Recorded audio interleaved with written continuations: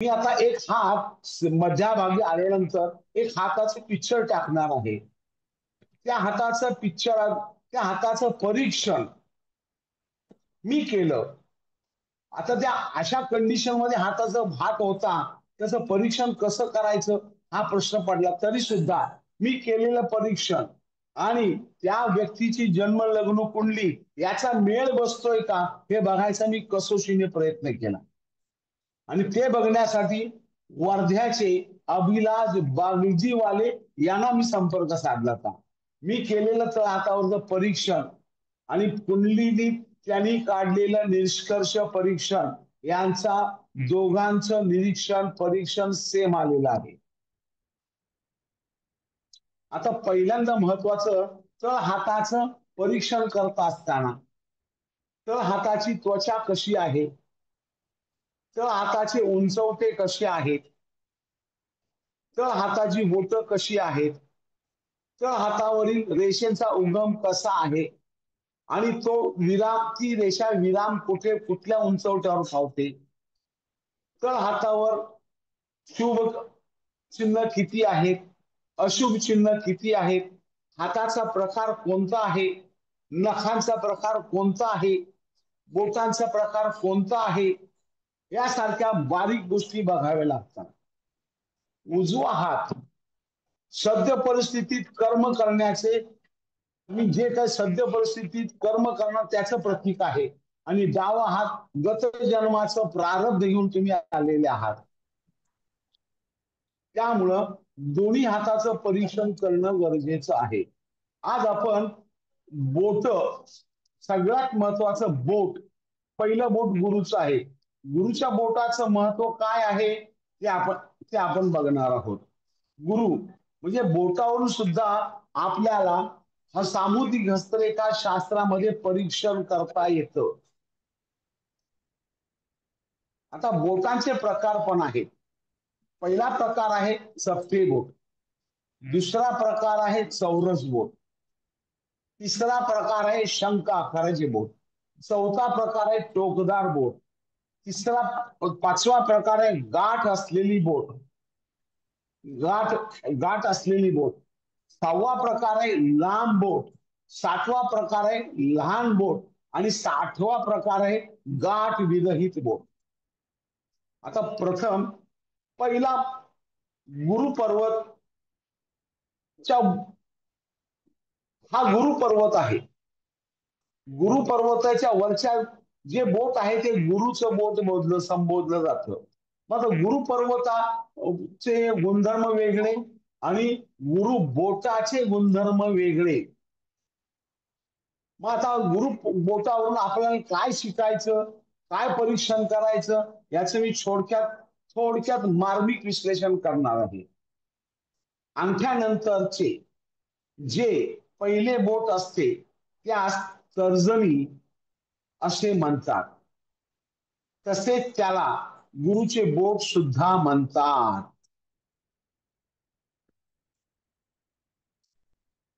ज्या व्यक्तीचे गुरुचे बोट लांब सरळ असल्यास त्याच्यामध्ये विश्वास वाढवणारी ताकद असते.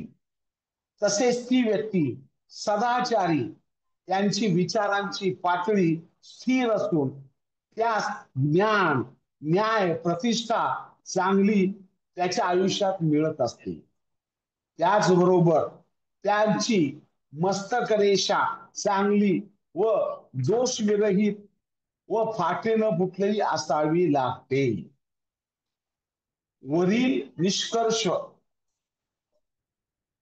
गुरुबोट चांगला आहे, मस्तक रेषा चांगली आहे, तरच वरील निष्कर्ष त्याच्या आयुष्यात मिळतात. ज्या व्यक्तींचे गुरुचे बोट लहान असल्यास अशी व्यक्ती चपळ असून प्रत्येक कामामध्ये तरबेज असते. घेतलेल्या कामामध्ये चिकाटीने काम करून यशस्वी होतात.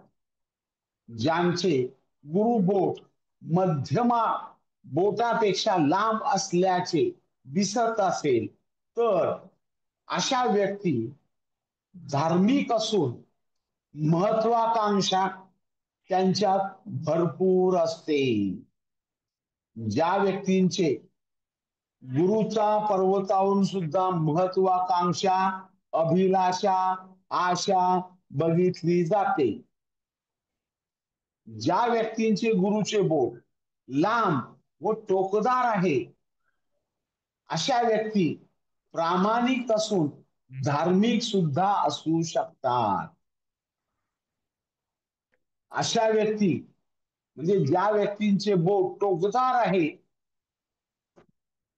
लांब आहे, अशा व्यक्ती करत असलेल्या प्रत्येक कामामध्ये प्रामाणिक राहून काम करतात व धार्मिक असतात. पुढे पुढे अशा व्यक्ती त्यांच्या कार्यक्षेत्रामध्ये कर्तृत्व चांगलं केल्यामुळे चांगलं नावारूपाला येतात. गुरुचे बोट, ज्या व्यक्तींचे गुरुचे बोट लांब, पातळ व टोकदार असल्यास अशा व्यक्तीच्या बुद्धीचा विकास कमी प्रमाणात झाल्याचा दिसून येतो. ज्या व्यक्तींचे गुरुचे बोट अनामिका प्रविबोटापर्यंत लांब असेल, तसेच मध्यमापेक्षा लहान असेल, तर अशी व्यक्ती चांगली समाजामध्ये चांगली कर्तृत्व करणारी म्हणून गणली जाऊ शकते. त्यांची तशी ओळख निर्माण होते. परंतु अशा व्यक्ती क्रोधी सुद्धा असू शकतात. गुरुबोटाचे मधले बोट, गुरुबोट मधल्या बोटाकडे झुकत असेल, म्हणजे शनी बोटाकडे झुकत असेल, गुरुबोट शनी बोटाकडे झुकत असल्याची दिसत असल्यास अशी व्यक्ती स्वाभिमानी असून घमेंडी सुद्धा असू शकते. कारण शनीचे गुणधर्म त्या बोटामध्ये येतात. ज्या व्यक्तींच्या गुरुबोटाचे दुसरे पेर पर्व लांब असेल, तर अशा व्यक्ती अतिशय महत्वाकांक्षा असू शकतात. ज्यांच्या गुरुबोटाच्या मुळापासून सरळ एक रेषा निघून तिसऱ्या पेरापर्यंत जात असल्याचे दिसत असेल, तर अशी व्यक्ती चांगला वक्ता, विचारशील असू शकतो. कारण गुरुबोटाच्या मुळातून एक रेष निघाली, त्या रेष एक पहिलं पर्व, दुसरं पर्व, तिसरं पर्व, 1 2 3 वरून पर्व मोजतात. तर ते जर गेले, तिथून जर गेले, तर पूर्ण त्या गुरु उंचवट्याच्या महत्वाकांक्षा, गुरु उंचवट्याचे शुभ गुणधर्म घेऊन ती रेष जात असते. त्यामुळे त्या गुरुबोटाला बळकटी मिळते. ज्या व्यक्तींच्या गुरुबोटाच्या प्रथम पर्वावर नक्षत्र चिन्ह दिसत असेल, तर अशी व्यक्ती सतत प्रवास करणारी असू शकते व शेवटी त्या प्रवासामधून त्याला यश, प्रतिष्ठा, मान, सन्मान मिळत असतो. ज्या व्यक्तींचे गुरुबोटाच्या दुसऱ्या पर्वावर गुणाकार चिन्ह असेल, म्हणजे दुसरं मधल्या पेरावर गुणाकार चिन्ह असेल, चिन्ह दिसत असेल, तर अशा व्यक्तींना श्रीमंत मित्राची मदत मिळते. आता गुरुपर्वताचे महत्व, गुणधर्म काय आहेत? सगळ्यात महत्वाचं गुणधर्म महत्वाकांक्षा, अभिलाषा, आशा. आणि त्या अभिलाषापोटी तो काम करतो. आणि त्या इतर ग्रहांची, रवीची साथ मिळाली, शनीची जर साथ मिळाली, तर तो त्यात यशस्वी होतोच होतो. आता गुरुबोटाची मी माहिती ही सांगितली आपल्याला. आता आपण पुढचं जाऊ. शनी बोट. सर्वांना माझा आवाज ऐकू येतो? हो येतोय. अक्षय, आवाज येतो? येतोय सर. गाई होते का? घाई होते का? थोडं मध्ये मध्ये शब्द लिहायचे राहतात. बर, स्लो सांगतो. आता दुसरं बोट आहे शनीचं बोट, मध्यमा.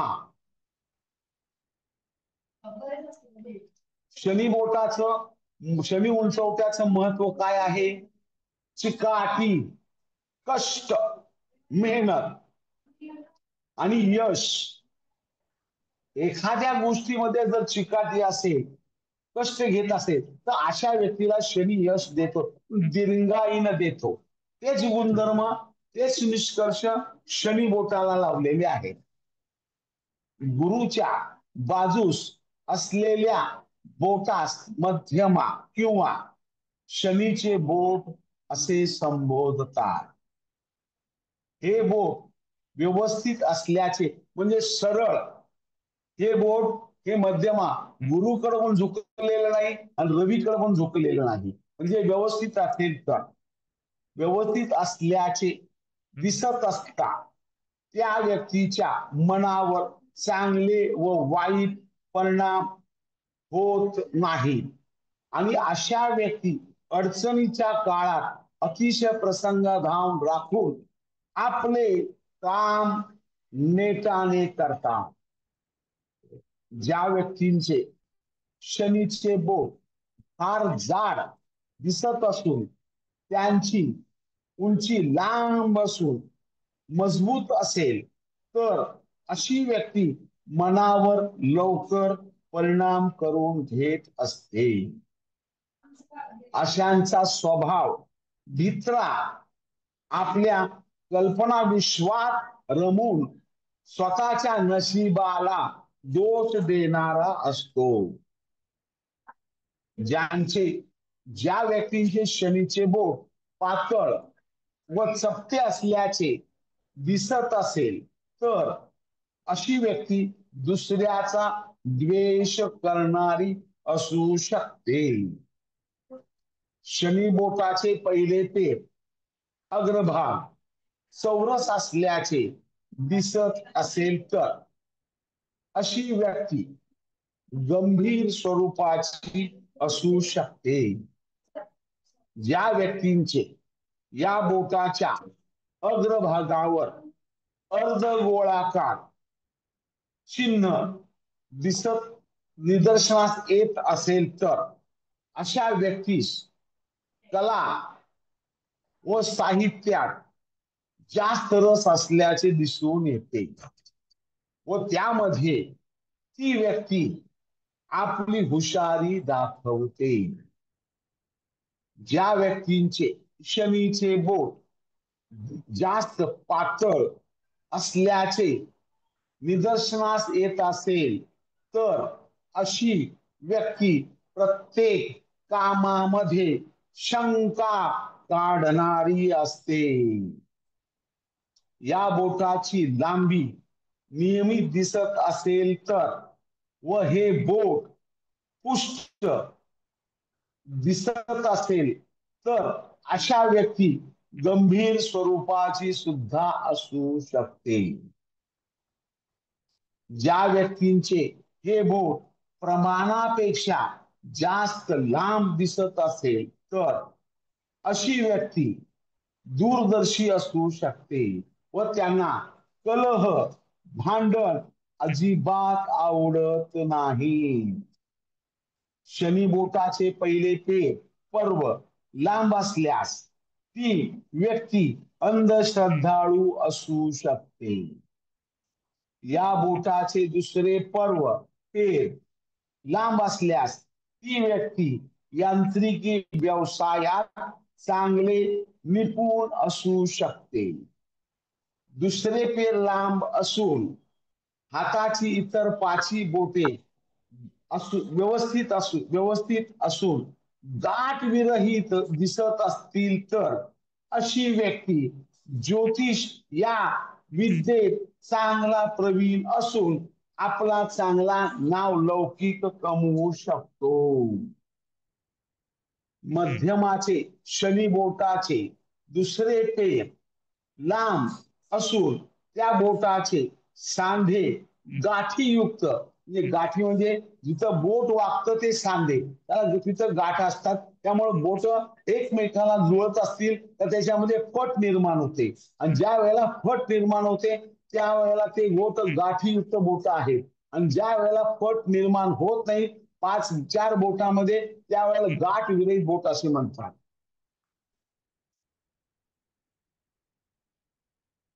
गाठयुक्त असतील तर अशी व्यक्ती गणित या विषयात गाठ विरहित असतील तर अशी व्यक्ती गणित या विषयात चांगला प्रवीण व निपुण असू शकतो. मध्यमाचे प्रथम पर्व प्रमाणापेक्षा जास्त लांबट असल्याचे दिसत असेल तर व त्याच्या अंगठ्याचे प्रमाण लहान असल्याचे दिसत असेल तर ती व्यक्ती आत्महत्या करण्यास प्रवृत्त होत असते. मधल्या बोटाच्या मुळापासून प्रथम पेरापर्यंत एखादी सरळ रेषा उगम पाहून प्रथम पेरावर जात असल्याचे दिसत असेल तर अशा व्यक्ती त्याच्या कामामध्ये यशस्वी होऊन सन्मान मिळवतो. त्यांच्या बोटाच्या मुळापासून पहिल्या पर्वापर्यंत अनेक रेषा कुठेही खंड न पडता म्हणजे 3-4 रेषा उदित होत असतील तर अशा व्यक्ती खनिज द्रव्याच्या व्यापारात श्रीमंत होतो.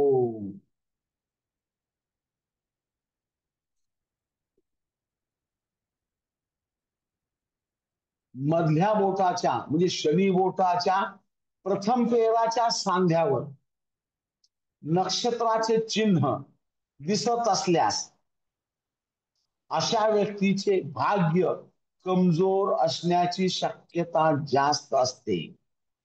त्यांच्या बोटाच्या तिसऱ्या पेरावर नक्षत्र चिन्ह असेल तर त्यांचा अशा व्यक्तींचा शेवट शस्त्राने होत असण्याचे संकेत हे चिन्ह दर्शविते. शनी बोटाच्या तिसऱ्या पेरावर त्रिकोण चिन्ह दिसत असेल तर अशी व्यक्ती दुराचारी आर्थिक गडबड करणारी असू शकते. मी आतापर्यंत गुरु बोट आणि शनी बोट या दोन बोटांची माहिती सांगितली. आता मी अक्षय मी हात पाठवलेला आहे, तो हात पाठव. यस दाखवतो.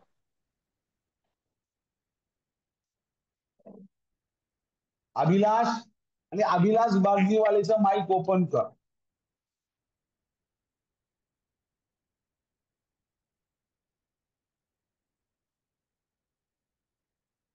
हा सर बोला.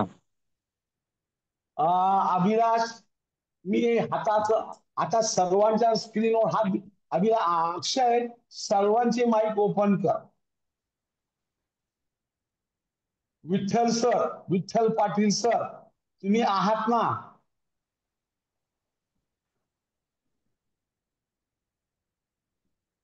हॅलो अभिलाष. हा सर बोला ना. आपण या हाताचं परीक्षण केलं मी आणि हो या हो हो. व्यक्तीची बर्थ डेट आपण बघितली ती बरोबर, तू बघितली ती बरोबर. दादा. मी केलेलं प्रिडिक्शन आणि पत्रिकेचं प्रिडिक्शन कितपत बरोबर आलंय ते सांग.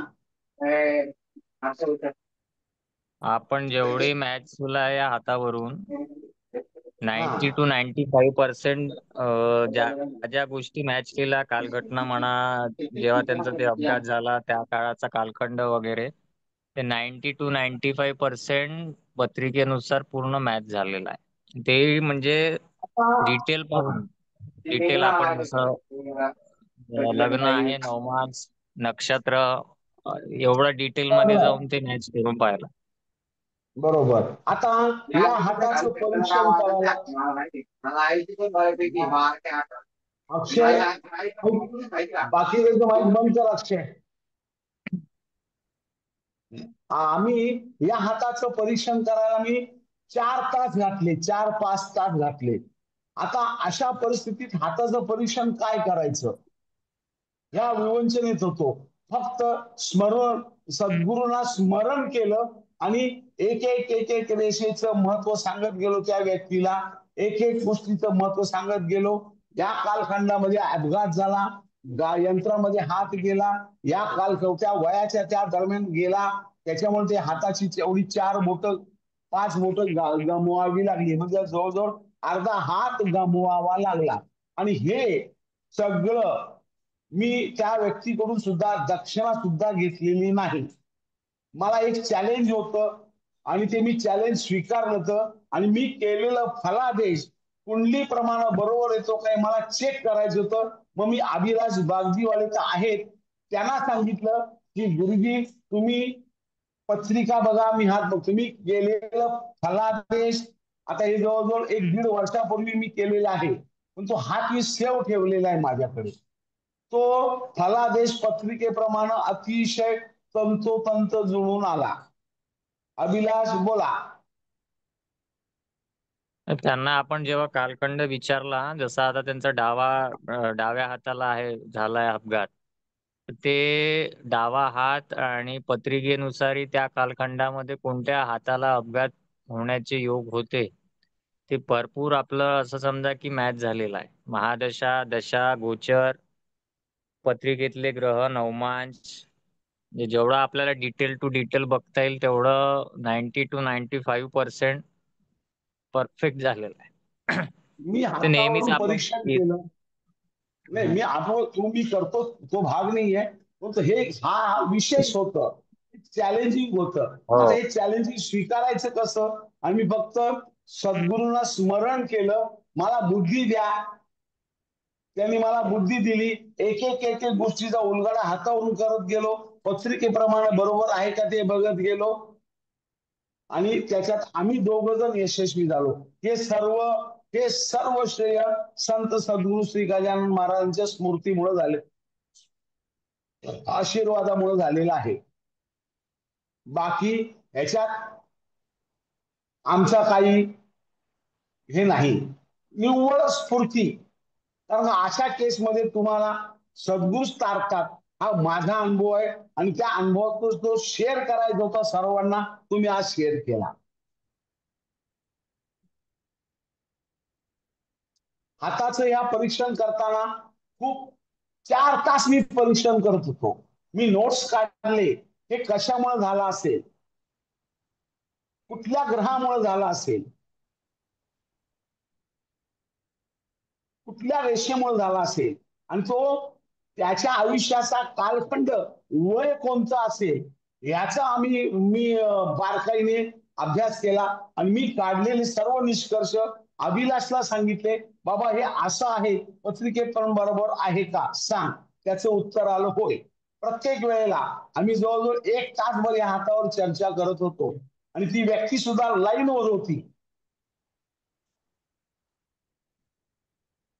मला त्या खरंच ज्यांनी मला ज्ञान दिलं, ज्यांनी मला स्फूर्ती दिली, ज्यांनी मला शिकवलं, त्या संत सद्गुरू गजानन महाराज मी खूप खूप ऋणी आहे. अभिलाष बोल. आपण या सर, तुम्ही तर पहिल्यांदाच पाहिला, पण मी पण म्हणजे हात म्हणजे असा होता की म्हणजे त्याच्यावर पाहिल्याबरोबर समजतच नव्हतं की बा काय हे करा म्हणजे. त्याच्यामुळे हात तुम्ही मला जेव्हा पाठवला व्हॉट्सअपला, म्हटलं बाबा पहिल्यांदा मी, तुम्ही पहिल्यांदाच पाहिला, मी पहिल्यांदाच पाहिला असा हात. आणि त्या जसं तुम्ही म्हटलं डाव्या हातून मागचं संचित कर्म आपण पाहतो, तर त्या याने तर ते म्हणजे ते आता वर्ड्स नाही आहे, ते होतं खूप चॅलेंजिंग. पत्रिका तर ठीक आहे, पत्रिका होती आपल्याकडे, पण हाताचं जे आहे आणि त्या घटना आणि ते म्हणजे हात आल्यावर तर भरपूर वेळ ते पाहिलाच नाही हात, तर आपण थोडे वेळ आपल्याला हे होतं की बा हात असा आहे म्हणजे काय, कसं झालं असेल, काय झालं असेल. असं नाही की बा पहिलेपासूनच आहे, जन्मापासून ती घटना होती, घटनानुसार त्या हे झालं आणि या त्यानंतरची वया मग ती या घटना. या व्यक्तीच्या वयाच्या 33व्या वर्षी आपण मी हातावरून 33 ते 34 दरम्यान अपघात झाला असा निष्कर्ष काढले ते पत्रिकेप्रमाणे हो सुद्धा त्याच कालखंडामध्ये त्याचा अपघात झाला. बरोबर. आणि हे खरंच खरंच खरंच चॅलेंजिंग होतं आणि ते मी स्वीकारलं होतं. मला फक्त माझ्या पाठीशी माझे सद्गुरू उभे आहेत, आशीर्वाद त्यांचा आहे, त्या आशीर्वादाच्या बळावर मी हे यशस्वी केलेलं आहे. मी काही मला नको, मी माझे पाय जमिनीवरच पाहिजेत. करता करू तर सद्गुरू आहे, मी नाही काही. चला, या हातावर कुणाला काही शंका आहे का? विठ्ठल पाटील सर तुम्ही आहात का? अक्षय विठ्ठल पाटील सरांचं आहेत हे ते, ओपन का? पण म्यूट नाही उघडत आहेत ते. बर असू दे.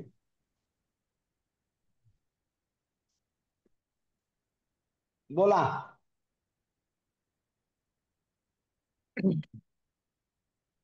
कुणाला काही शंका आहे का? अभिलाष तुला अजून काही सांगायचंय का? नाही, आपण नेहमी जसं पाहतो आणि घटना मॅच करून पाहतो, म्हणजे जो पिरियड आहे, घटना घडलेली आहे, ज्या वयात घडली आहे, ज्या साली घडली आहे, ते म्हणजे असं समजा की तुम्ही जेवढं डिटेल पाहता तेवढी माझी प्रॅक्टिस होऊन जाते. कारण आजकाल तेवढा घटनेपर्यंत पत्रिका नाही पाहत, म्हणजे डे पर्यंत जाऊन नाही पाहत कोणी.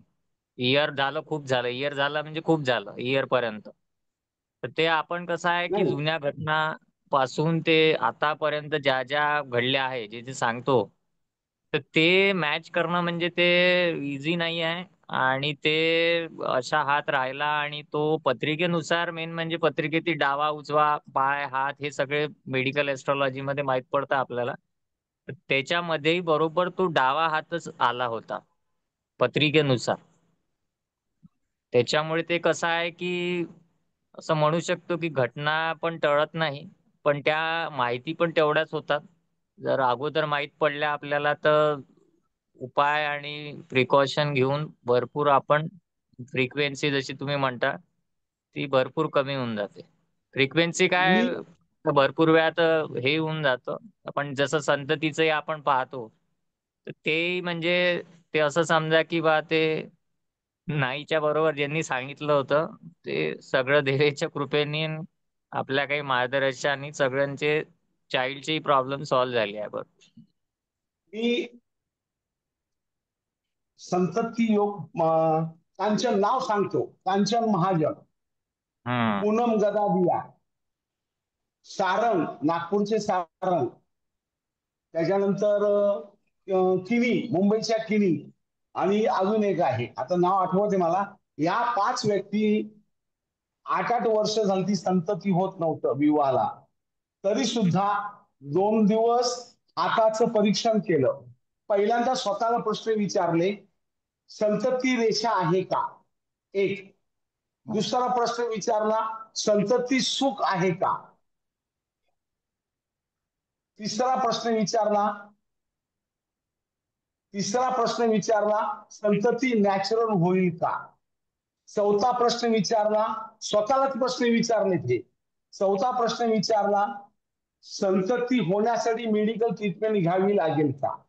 मग ह्या 4 प्रश्नाचं उत्तर शोधण्यासाठी त्या व्यक्तीचा पूर्ण हाताचं त्या ताईच्या पूर्ण हाताचं परीक्षण केलं आणि तिच्याकडून जन्मतारीख जन्मवेळ मागून घेतली. मी काढलेले निष्कर्ष आणि अभिलाष बागजीवाले, अमोल साकोरकर आणि इथं गणेश कुलकर्णी आहेत, असे आम्ही 3 जण असे वेगवेगळे प्रयोग करतच असतो. तर मी काढलेले निष्कर्ष अभिलाषला सांगितलं, अभिलाष या व्यक्तीला या दरम्यान मेडिकल ट्रीटमेंट घेऊन संतान होईल का? माझं उत्तर आहे होय, पत्रिकेप्रमाणे बघून सांग. मग तो बिचारा कुठल्याही, आता अशा केसमध्ये आम्ही पैशाची अपेक्षा कधी केलीच नाही आणि करत पण नाही, तो सुद्धा करत नाही. तर त्यांनी सुद्धा ते तारखा अतिशय मॅच केल्या. बाबा तुम्ही तारखा काढलेल्या आहेत, ह्या तारखेला मेडिकल ट्रीटमेंट जर घेतली, या वेळेत जर घेतली तर ती ट्रीटमेंट सक्सेस होईल.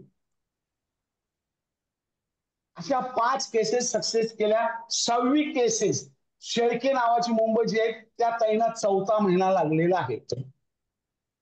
माझ्या ज्योतिषशास्त्राच्या प्रवासातल्या ह्या 6 केसेस आहेत. गणेश कुलकर्णी आहेत साक्षीला, अभिलाष आहे, अमोल साखरकर नाही आहे. गणेश कुलकर्णी सर बोला. मला अभिमान नाही, माझे पाय जमिनीवरच आहेत आणि शेवटपर्यंत जमिनीवरच राहावे ही त्या सद्गुरू संत गजानन महाराज चरणी विनंती आहे. सर नमस्कार. पाटील बोलतोय. नमस्कार. बोला बोला बोलतोय. पाटील सर. नमस्कार नमस्कार. आता तुमचा हाताचा प्रिन्स मी पाहिला काय, आणि बरं. डावा हात हा पूर्ण 4ही बोटं 3ही बोटं तुटलेली आहेत. हे महत्वाची गोष्ट आहे. खरं म्हणजे प्रचंड चॅलेंजिंग हा जॉब होता. आणि तुम्ही हो, म्हणालात सर. तसं की तुमच्या गुरुकृपेमुळे म्हणा किंवा गजानन महाराजांच्या आशीर्वादामुळेच ही शक्ती प्राप्त झालेली तुम्हाला आहे. कारण काय आहे की सर आपण तुमचा हस्तसंबंधीचा अभ्यास कॅमेरा करतोय. चालू करा. कॅमेरा सर तुमचा कॅमेरा चालू करा. हम्म. चालू आहे तर कॅमेरा त्यांचा, आडवा आहे, रोटेट बोला आहे. बोला. हा, तर हे आता आपण अनेक हाताचे प्रिंट्स आपण बघतो, प्रॅक्टिकली हात बघत असतो. पण हा जो हात तुम्ही दाखवलाय तो खरोखरच एक चॅलेंजिंग आहे. कारण डाव्या हातावर म्हणजे जे आपण प्रारब्ध म्हणतोय, त्यांचं पूर्वजन्म म्हणतोय की जन्मात काय घेऊन बरोबर. आलात, हे डाव्या हातावर आपण बघतोय. पण उजव्या हातावर त्याचं कर्म असतं हे तुम्ही आता मला सांगितलं, आणि बरोबर आहे. पण गंमत अशी आहे की बऱ्याच वेळा प्रश्न निर्माण होतो की आपण या शास्त्रामध्ये वाचतो की बाई अशुभ चिन्ह आहेत, काळा तीळ आहे, क्रॉस चिन्ह आहे, जाळी चिन्ह आहे, म्हणून कदाचित अपघात होतात. पण तसं हे डाव्या हातावर बघायचं की उजव्या हातावर बघायचं? जर डावा हात, तर दोन्ही. डाव्या हातावरची बोटं तुटलेली आहेत, बरोबर आहे. तर मग ते चिन्ह कशावरून तुम्ही बघितली, कशाच्या आधारे हा आपण फलादेश केलात? कुंडली हा दुय्यम भाग आहे, लक्षात घ्या. जर कुंडलीवाले नसतेच आपल्याला मार्गदर्शन करणारे, तर आपण कशा पद्धतीने त्याचं प्रिडिक्शन करायचं हे फार महत्वाचं आहे. आणि यासाठी काय पाहिजे की प्रत्येक गोष्टीला कारणमीमांसा. आजकाल प्रत्येक जण अत्यंत हुशार लोक झालेले आहेत. आपण एखादं स्टेटमेंट केलं की त्याला लगेच काहीतरी उत्तर हवं असतं. आता ऐका, या हातावर मी परीक्षण कसं केलं. मी पहिल्यांदा त्यांचे दोन्ही हाताचे प्रिंट काढले, व्यवस्थित फोटो कॉपी काढल्या मोठ्या प्रिंट मध्ये, आणि त्या हाताचे उंचवट्याचं निरीक्षण केलं. उंचवट्याचं. हा, आता ह्या ओके. उंचवट्याचं निरीक्षण करत असताना सगळ्यात महत्वाचं हाडाचा कारक शरडी आहे. बरोबर. आणि हाडांचा झिजांचा कारक म्हणजे झीज जी होती ती शनीच्या अंमलाखाली येते. हम्म. बरोबर. त्या व्यक्तीच्या बरोबर. हातावरचा रवी रवी उंचवटा मध्यम आहे, हा एक मुद्दा. दुसरा, हातावर सर्जरीचा कारक मंगळ आहे. बरोबर. मंगळ मध्यम होता. मंगळ. दुसरं, शनी दीर्घकालीन आकार देणारा शनी ग्रह आहे. मग शनी, बरोबर. मग यांचं तिघांचं चौघांचं कॉम्बिनेशन एकत्र केलं आणि मग मी त्याला प्रिडिक्शन केलं की बाबा मग भाग्य रेषा, रवी रेषा, उजव्या हाताची रवी रेषा, उजव्या हाताची चंद्र उंचवटा, त्याच्या मनाची तयारी, या सगळ्या गोष्टींचं जुन्या वर्तक सरांचं पुस्तक वाचलं थोडं, आणि त्याच्यातून मग मी एक एक एक एक पॉइंट मी सोडवत गेलो आणि फलादेश करत गेलो. ओके. नाही पण खूप कठीण आहे तसं. इतकं तुम्ही आता सांगताय, तास 2 तासात ती शास्त्र शिकण्यासारखं नाहीये. कारण बरीच तपश्चर्या गेली 30-35 वर्ष तुम्ही याचा ध्यास घेतलाय, तुम्ही अभ्यास करताय. आम्ही 2 लेक्चर ऐकून काय कळणार मला म्हणायचं काय की यासाठी अशा अनेक नेहमी अशी व्याख्यानं ऐकायला पाहिजेत, त्याच्या खाचाखोचा ऐकायला पाहिजेत. तुम्ही आता 2 बोटं सांगितले तर इतकं बारीक बारीक गोष्टी सांगितल्यात की प्रत्येक पेऱ्यावर असणारं चिन्हांचा फलादेश काय, बोटांचे प्रकार कसे आहेत, या बोटांना काय म्हणायचं आहे, त्याचे गुणधर्म, इतकं तुम्ही डिटेल सांगितलं. आम्ही पुस्तक वाचणार तर डोक्यावरून जातं. म्हणजे गुरुशिवाय विद्या नाही, ही गोष्ट खरी आहे. तर विठ्ठल सर, तुम्ही पण एक नामवंत पामिस्ती आहात. नाही, आम्ही असलो तरी तुमच्यापेक्षा कमी आहेत हो. नाही अजिबात. मी मगाशीच सांगितलं विठ्ठल सर, मगाशी अजून तेच सांगतो. माझं आयुष्य, आता मला एकदा मी फोन केला, बॉ सर मी टॅरो कार्ड शिकलो, मी डाउजिंग शिकलो, मी अंकशास्त्र शिकलो, मी कुंडली शिकलो, मी अमुक केलं. अरे म्हणलं मी 30 वर्ष घासतोय, अजून 1% नाहीये, 1% नाहीये. सामुद्रिक बरोबर आहे. हस्तरेखाशास्त्रामध्ये 1% नाहीये. खरंय.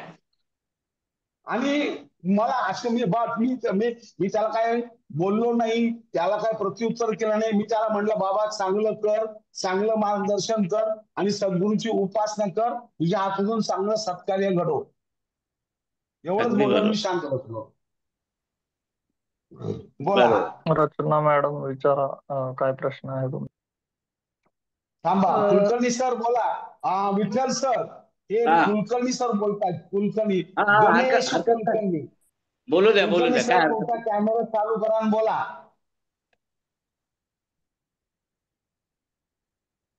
कुलकर्णी सर, गणेश कुलकर्णी.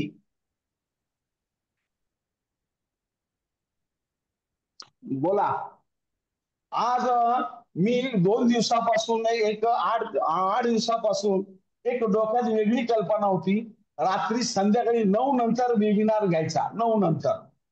आणि इथं असं आहे, एकदा मूड लागला की मग ते टायमिंगचं भान राहत नाही. काय पाटील सर, विठ्ठल सर बरोबर आहे का? बरोबर आहे, बरोबर आहे.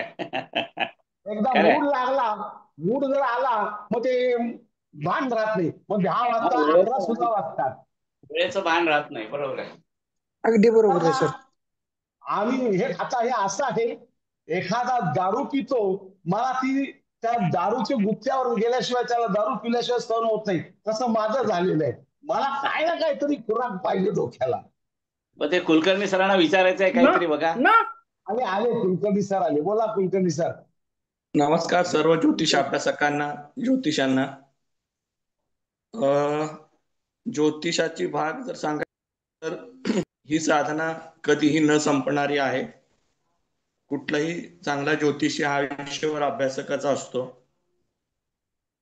त्यातल्या त्यात हेमंत सरांचा अभ्यास खूप दांडगा आहे आणि त्यांच्यातली जिद्द किंवा त्या मानानं जे काही त्यांचे प्रयोग असतात प्रत्येक वेळेला एक उल्लेखनीय असतात. कारण नॉर्मली बऱ्याच लोकांमध्ये इगो असतो, पण तो त्यांच्यामध्ये बिलकुल नाही. ही एक अत्यंत वाखाणण्यासारखी गोष्ट आहे. आणि अभिलाष सर झालं, मी झालं, अमोल अजून एक जण साकोरकर. चाकोरकर सर आहेत. आम्ही अमोल चाकोरकर सर आहेत. आम्ही तिघ चौघ हे प्रयोग करत असतो.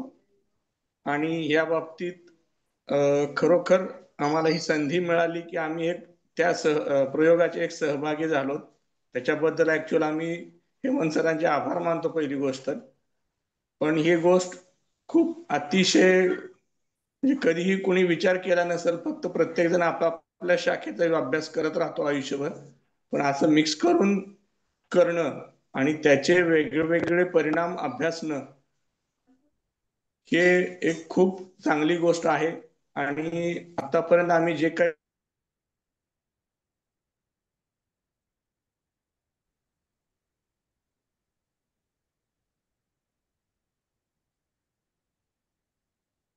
आवाज गेला कुलकर्णी सर. विठ्ठल सर. रेंजचा इश्यू आहे त्यांचा. रेंजचा प्रॉब्लेम जुळलेल्या आहेत आणि जुळत आहेत. मी आणि कुलकर्णी सर, मी एक जुन्या मुलींचे हात बघितले. अच्छा. आणि कुलकर्णी सरांना सांगितलं त्यांची पत्रिका बघा. कुलकर्णी सर जुळ्या मुलींचे आपण बघितले पुण्यातले. तुम्ही पत्रिका बघितली. मी केलेलं प्रिडिक्शन आणि कुलकर्णी सरांनी काढलेलं प्रिडिक्शन. एक मुलगी सीए करते आणि एक मुलगी फायनान्स मध्ये काम, एक मुलगी चार्टर्ड अकाउंटंट काम करते, शिकते, आणि एक मुलगी MBA करते. दोघींची पत्रिका सेम तरी सुद्धा वेगवेगळं. मग ते मला ते चॅलेंजिंग होतं. मी त्यांच्या घरी जाऊन त्यांच्या 2 मुलींचे हात बघितले आणि तिथं बसून कुलकर्णी सरांना फोन केला. कुलकर्णी सर, पत्रिका टाका.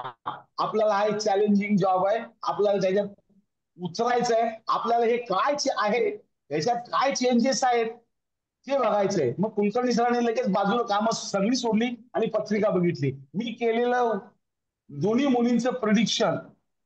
एक मुलगीला परदेशात जाऊन आली, दुसरी मुलगी परदेशात जाणार नाही, हे पण सांगितलं. तर ते कुलकर्णी सरांच्या ओके. बरोबर क्रॉस चेक केलं पत्रिकेवरून, क्रॉस चेक केलं आणि आतापर्यंत ते सेम आलेलं होतं. व्हेरी बोला गुड. कुलकर्णी सर.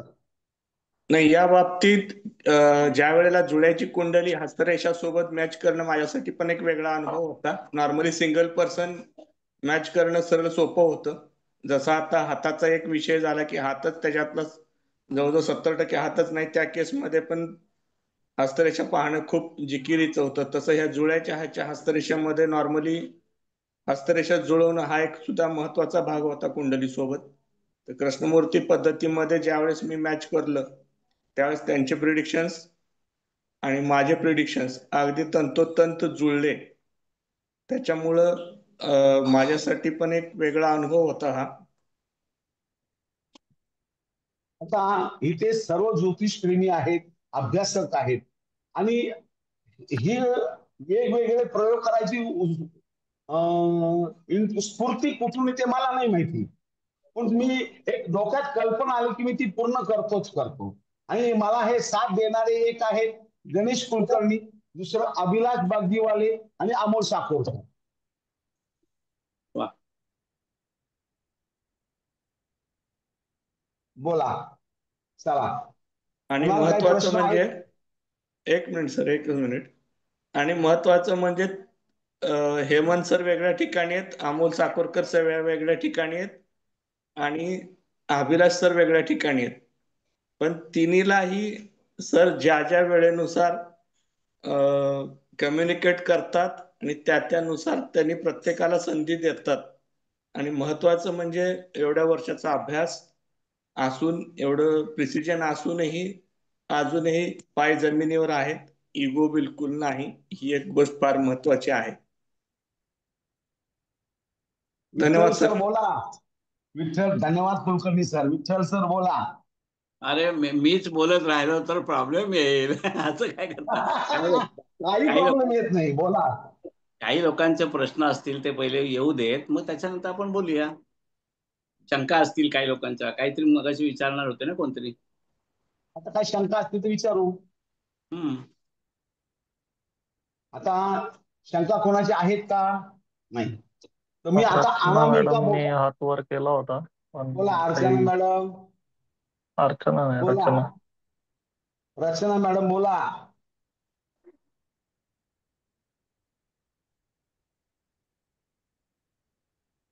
नाही, आवाज येत नाही.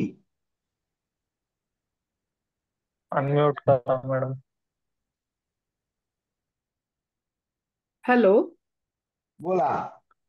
हा, दोन्ही हातावरच्या जो ऍक्सिडेंट झालेला हात आहे त्याच्यावरच्या आणि दुसऱ्या दोन्ही हातावरच्या रेषा खूप वेगळ्या दिसत आहेत.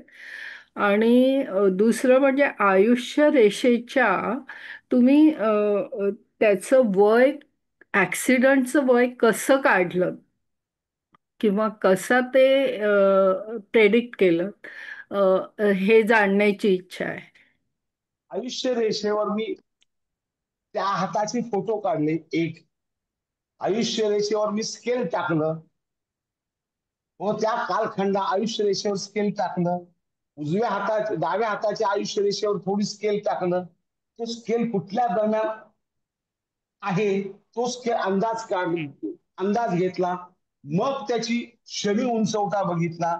हाडाचा कारक शनी आहे आणि हाडाचे झिजाचा कारक शनी आहे आणि हाडांचा कारक रवी आहे. मग मंगळ बघितला. मग त्या कालखंडामध्ये मी त्याला अंदाज अभिलाषला सांगितलं, वयाच्या 30 ते 33 या दरम्यान अपघात झालेला आहे. तो तू पत्रिकेप्रमाणे कालखंड काळ, तो कालखंड मी 30 ते 33 या दरम्यानचा मी 3 वर्षाचा कालखंड कालखंड सांगितला. कसा मॅडम कसा काढला तो तुम्हाला प्रत्यक्ष समजून सांगावं लागेल. असं मी तुम्हाला सुर स्केल टाकून कसं सांगू? आयुष्याची सुरुवात सर इकडनं मी बोलू धरायची का? का इकडनं धरायची, हा आयुष्याची प्रश्न. हेमंत सर, सुरुवात हेमंत सर मी हा बोलू का? बोलू मी? इथून हो. हॅलो. हा, आयुष्य नमस्कार. आयुष्याची इथून सुरुवात इथून करायची आहे. ओके. Thank you sir, thank you. बोला पाटील सर बोला. हा, आता मॅडमने जो प्रश्न विचारला की कालनिर्णय कसा करायचा, बरोबर आहे. तर कालनिर्णय करणं हे आपण ऑनलाईन वर सांगणं एवढं सोपं नाही आहे. पण तरी सुद्धा आता आयुष्य रेषेचं अनेक ग्रंथकारांनी 70 वर्षाचं आयुष्य धरलंय. पण आता तुमचं आमचं वय 75च्या पुढे गेलं, बरोबर आहे. म्हणजे 70 वर्षाचा स्पॅन त्यांनी धरला तर बरोबर अर्ध्या त्याचे 2 भाग केले तर 35 वर्षाचा स्पॅन होतो. आणि 35 वर्षाच्या आतल्या बाजूला म्हणजे मंगळाच्या दिशेला आता जो प्रिंट दाखवलाय त्या प्रिंटच्या आतल्या बाजूला मंगळ किंवा शुक्राच्या बरोबर बॉर्डरच्या जवळ एक चौकोन चिन्ह दिसतं. ते पूर्ण झालेलं नाहीये, हा एक भाग. हा हा आणि ते चौकोन चिन्ह म्हणजे काय की संकटातून मुक्तता असा त्याचा अर्थ आहे. पण याचा अर्थ काय की संकटातून मुक्ततामध्ये संकट हे येणार आहे. आता संकट कसलं आहे, संकट कुठे आहे, तर ते आयुष्य रेषेवर आहे. मग आयुष्याच्या म्हणजे जीवनाच्या संबंधी काहीतरी प्रकार आहे. पण दुसरी महत्वाची गोष्ट अशी आहे की मंगळाच्या उजव्या हाताच्या मंगळ उंचवट्याच्या जवळपास आयुष्य रेषेच्या आतल्या बाजूला चौकोन चिन्ह असेल तर डाव्या हातावर कदाचित काळा तीळ असण्याची शक्यता आहे. आणि जेव्हा अशा मंगळावर काळा तीळ असतो त्यावेळेला हाताची बोटं मशीनमध्ये जाणं किंवा कशात त्याच्यामध्ये अडकून तुटणं असा प्रकार अनेक ग्रंथांमध्ये विदित केलेला आहे. पण हा जो भाग आता जो सरांनी सांगितला की आयुर्मर्यादा किंवा घटना कोणत्या कालावधीमध्ये झाली तर त्याला 3-4 प्रकारच्या पद्धती आहेत. आणि ते एक्सप्लेनेशन करणं आता इतकं पटकन सोपं नाही आहे. पण या पद्धतीनं आपण करता येतं. धन्यवाद. आता मगाशी मी सांगितलं मंगळ महत्वाचा, सर्जरीचा कारक मंगळ आहे हातावर. बरोबर बरोबर ना पाटील सर? हो बरोबर आहे. मला बरोबर आहे. हात दाखवायचा होता की बाबा ह्या हातामध्ये काय आहे. चला पुढे जायचं का? तर पुढे चौकोन जाऊया पुढे. कुठचा? हा चौकोन मॅडम कुठचा? मॅडम त्यासाठी आता तुम्हाला हे असं स्क्वेअर ना बघायची असं सवय पाहिजे. नाही तर काय होतं की अनेक आडव्या तिडव्या रेषाने अनेक चौकोन तयार होतात. अनेक मग नेमका होतात. हो, चौकोन कोणता, तर नेमकंच नाही. स्वतंत्र चौकोन मॅडम असणं ते आयुष्य रेषेच्या जवळपास असणं कोणत्या ग्रह उंचवट्यावर आहे हे बघणं अत्यंत महत्वाचं असतं. Sir thank you. आणि हे तुम्ही जेव्हा आता प्रॅक्टिस कराल तेव्हा तुम्हाला त्या सहज गोष्टी कळतील. ठीक आहे. सॉरी, थँक्यू आम्ही सर. आपलं मी जास्त बोलतोय असं वाटत नाही ना उगाच? अजिबात नाही. अहो शंकेचं समाधान करणं गरजेचं आहे. ओके. शंका आता कसं आहे, तुम्ही पण त्याच्या हस्तरेषेचे तज्ञ आहात, मी पण तज्ञ नाही, मी एक अभ्यासक आहे. मी गेले 30 वर्षापासून अभ्यासच करतोय. मला तो हात शेअर करायचा होता, तुम्ही शेअर केला. उत्तम आहे. एकदम चांगला हात आहे तो. खरोखर अभ्यास करण्यासारखा हात आहे. लोकांना आश्चर्य वाटेल की हाऊ टू प्रेडिक्ट इट. एक हात नाहीये आणि हे तुम्ही कसं प्रेडिक्ट करणार, हे चॅलेंजिंगच आहे, प्रश्नच नाही. आणि हे खात्री करून घेण्यासाठी तुम्ही ऍस्ट्रॉलॉजीचं मदत घेतली. त्यामुळे कुंडलीमध्ये सुद्धा शनी मंगळाचा काहीतरी कुयोग दाखवला असेलच. मग तो डाव्या हातावरच का झालाय तेही दाखवलं असेल. शेवटी अहो कुंडली आणि हात सेम आहे. तुमची लग्न कुंडली ग्रह जसे शुभ अशुभ आहेत तसेच पत्रे हातावरचे उंचवटे शुभ अशुभ आहेत. हे अनेक वेळा मी सिद्ध केलेलं आहे. बरोबर आहे. नक्की नक्कीच. आणि म्हणूनच तर मायलेकीचं साम्य आहे. कुंडली आणि हात हे मायालेखी आहेत दोघे, लक्षात घ्या. किंवा जुळ्या बहिणी होण्या, जुळ्या बहिणीमध्ये कदाचित फेरफार असेल पण मायालेखीमध्ये जनरली नसतो. पण साम्य बऱ्याच गोष्टीतून साम्य आपल्याला हात आणि कुंडलीमध्ये बघायला मिळतं. आता अभिलाष बागीवाले आहेत, मी त्याला दरवेळेस रोज त्रास देतो. अभिलाष ही पत्रिका बघ, मी हे केलेलं आहे, हे बघ हे केलेलं आहे. मी आतापर्यंत चेक करतो व्हेरी चेक. गुड. का कुठं तू चुकायला नको, कारण का समोरची व्यक्ती आपल्याकडे आशेने बघते. बरोबर. आणि तुमचा तो 4 लोकांचा ग्रुप सगळे म्हणजे अभ्यासू वृत्तीचे असल्यामुळे एकमेकांना मदत करण्याची वृत्ती असल्यामुळे कधी एकमेकाचा द्वेष न करणारे असल्यामुळे हा अभ्यास तुमचा चांगल्या पद्धतीने होतोय. आणि तुमच्यामुळे आम्हा सर्वांना ज्ञान मिळतंय, हे एक आनंदाची गोष्ट आहे. एक तर काही न घेता फ्री ऑफ चार्ज मध्ये एवढं रात्री 9 ते 10 वाजेपर्यंत तुम्ही आमच्यासाठी वेळ देताय, हे किती महत्वाची गोष्ट आहे. कुणाला वेळ आहे सध्याच्या काळात मला सांगा. त्यावर तुमचे आभार मानावे तेवढे कमीच आहे. धन्यवाद. चला पुढे जायचं का थांबायचं? बोला. पुन्हा अजून काही प्रश्न आहेत का? तर एक मला असं शंका येते की आता जे आपल्याकडे ऑनलाईन वर जी मंडळी ऐकायला आहेत काय त्यांची अपेक्षा म्हणजे हस्तरेषा म्हणजे काय काय शिकायला मिळतं, कशा पद्धतीने शिकायला पाहिजे, महत्वाचे गुणधर्म काय आहेत हे त्यांना अपेक्षित असावं. आणि आता आपण गंमत काय झाले की योगायोगाने आपण गप्पा मारल्यासारख्या गप्पा मारतोय, त्यातून महत्वाच्या गोष्टी सांगतोय, पण काही लोकांना म्हणणार यार आम्हाला काही फारसं काही माहिती मिळाली नाही. उत्तम माहिती आहे पण पाहिजे तेवढी मिळाली नाही असं वाटण्याची शक्यता नाकारता येत नाही असं मला वाटतं. ठीक आहे. पर्वत ज्या उंचवट्याचे बोट सरळ असून प्रभावी असेल व मजबूत असेल त्या बोटाचा अग्रभाग चौरस अथवा गोल असेल अशा बोटाच्या मुळाशी असलेला उंचवटा चांगला बलवान समजावा. 2.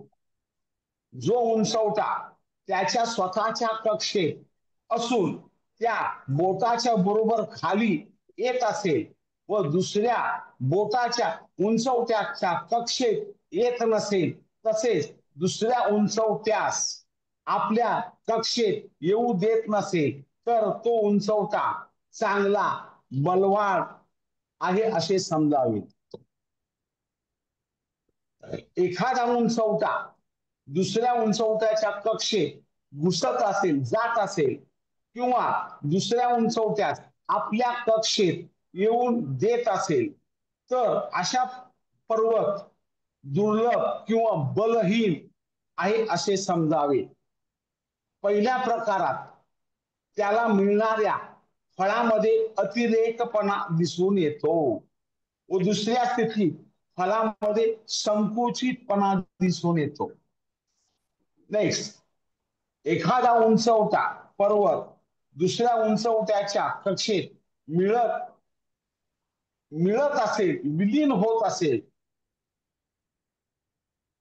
विलीन होत असल्यास त्या व्यक्तीस दोन्ही उंचवट्याचे परिणाम मिलनयुक्त बघावयास मिळतात. पर्वतावरून महत्वाची रेषा सुरू होत असेल अथवा त्या पर्वतावर विलीन होत असेल तर तो पर्वत बलवान आहे असे समजावे. ज्या पर्वतावर त्रिकोण चौकोन ही शुभचिन्ह दिसत असल्यास तो पर्वत बलवान समजावा. या शुभ चिन्हामुळे त्याच्या आयुष्यात येणाऱ्या अडचणीवर तो यशस्वी मात करून त्याच्या कामात तो यशस्वी होतो. जो उंचवटा उंच व व्यवस्थित विकसित झालेला दिसत असेल तर तो पर्वत चांगला असून त्याचे गुण त्या पर्वताचे गुण त्या व्यक्तीच्या जीवनात चांगला उपयोग होतो व त्याची चांगली प्रगती होते.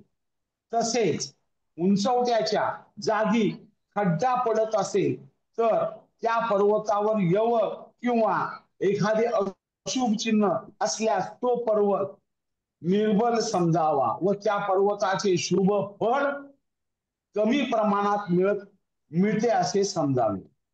हातावरील सर्व पर्वतामध्ये एखादा पर्वत चांगला बलशाली असतो, साधारण तसेच तो प्रभावशाली असतो.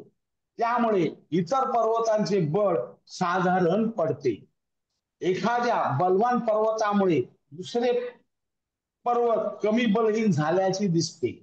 अशा बलवान पर्वतांच्या गुणानुसार त्या व्यक्तीच्या त्यांच्या आयुष्यावर प्रभाव पडत असतो. त्यांची जीवनशैली त्या बलवान पर्वताप्रमाणे. ती चटणी तुला हे हवंय ते खिची पापडचं पीठ. मॅडम आवाज बंद करा. सर कचरी थोडं पापड हळू बंद सांगा ना, खूप खूप राहते लिहिताना. बर, त्यांची जीवनशैली त्या बलवान पर्वताप्रमाणे प्रभावी बनते. त्यामुळे हातावरील पर्वतामध्ये कोणता पर्वत बलवान बघून त्याच्या गुणधर्मानुसार त्याची जीवनशैली बघावी लागते.